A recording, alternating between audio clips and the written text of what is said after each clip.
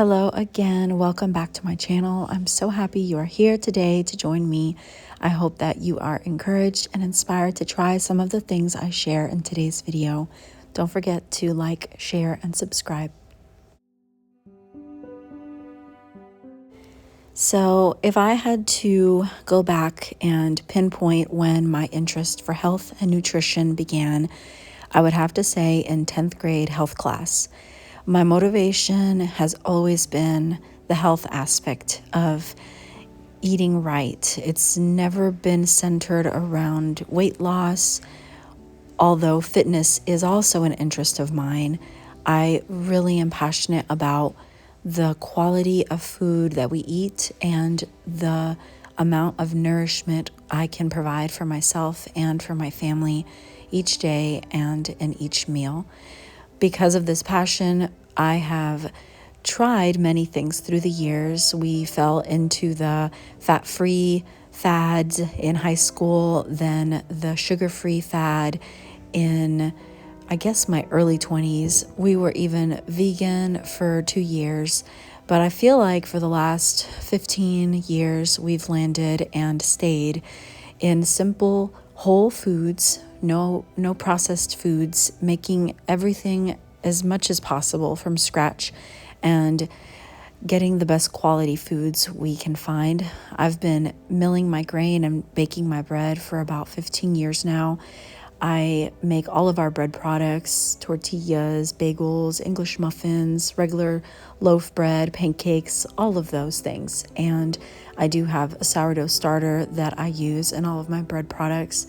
I've been excited in expanding fermenting foods. We do our yogurt, I do milk kefir, I do kombucha and vegetables as well.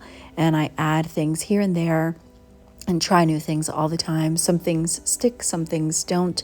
Cheese is something I make for our family with our raw dairy, which we buy from a local raw dairy farmer.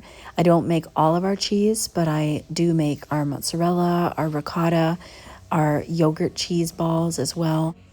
I'm able to get raw local honey from a friend who buys in bulk, and I make a lot of homemade herbal and natural medicines.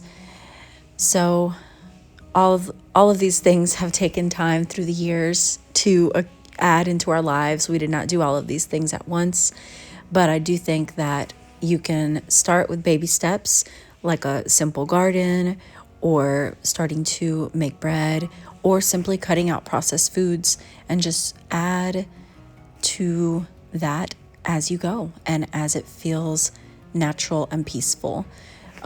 We've had chickens for several years as well, and so we do have our own farm fresh eggs, and I buy all of our meat from a local farmer.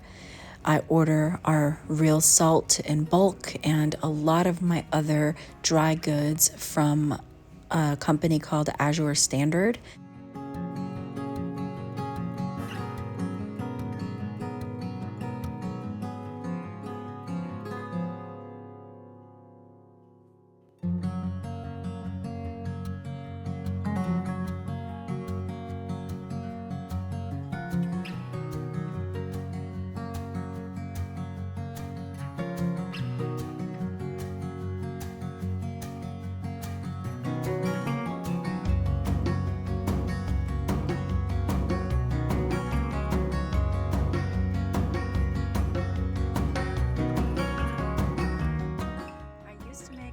Apple cider vinegar homemade, but it's so easy to find at a good price in bulk and great quality that I just order it from Azure Standard as well.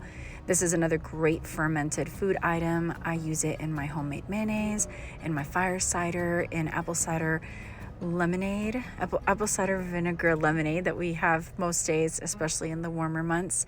And I also use it for salad dressings all the time. It's easy to incorporate and very healthy. We also filter our drinking water through our Berkey, which we got about 4.5 years ago. Today I am preparing a delicious homemade bone-in chicken soup. Hector's feeling a little under the weather, and there's nothing better than chicken soup to help you bounce back fast. I'm also preparing some sourdough cheese and strawberry almond pastries for Mother's Day. So first thing I do is saute a whole onion, several garlic cloves, and a few celery stalks in some olive oil in my Dutch oven. I'm gonna season the chicken with salt, pepper, garlic powder, turmeric, and oregano. I don't have any bone broth as my base today, but just filling this with water will become bone broth because of the bone-in chicken, as well as all the veggies in the chicken meat. It's going to be packed with nutrients.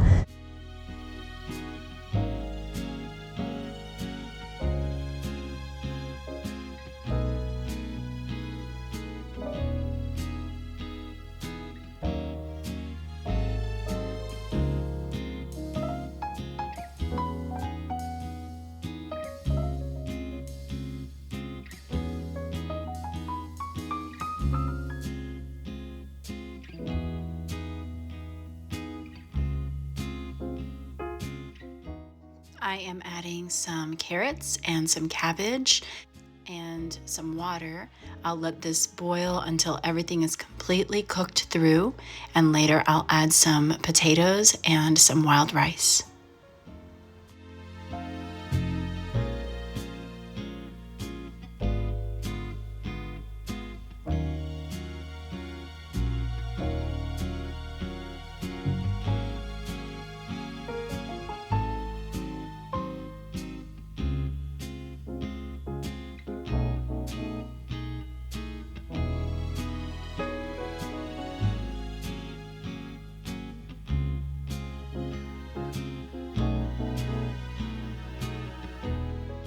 I like to cut my potatoes ahead of time and soak them in water to prevent them from turning grayish. That way, when it's time to add them in, I'm done chopping, everything's cleaned up, and all I really need to do is pop them in the pot. And when they're ready, dinner's served.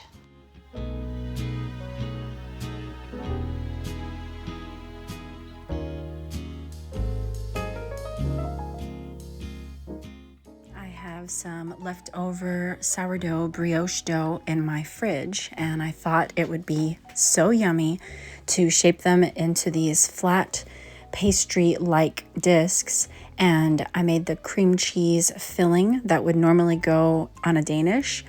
I put that on them, as well as just basic strawberry jam, and sprinkled a little bit of sliced almond and sugar on top. Then I baked them at 350 until they were cooked through and the cheese filling was set. And this was the yummiest treat to myself on Mother's Day morning.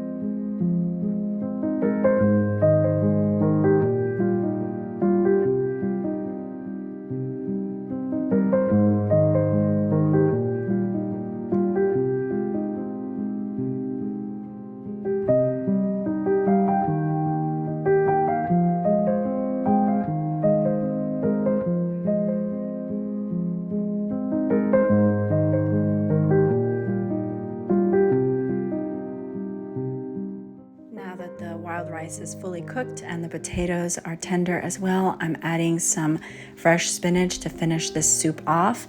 I hope you guys enjoyed this video. I'm always so happy when you join me and I get to share meal inspirations with you. I hope you try some of these ideas and that you have a blessed day. See you guys next time, and God bless you.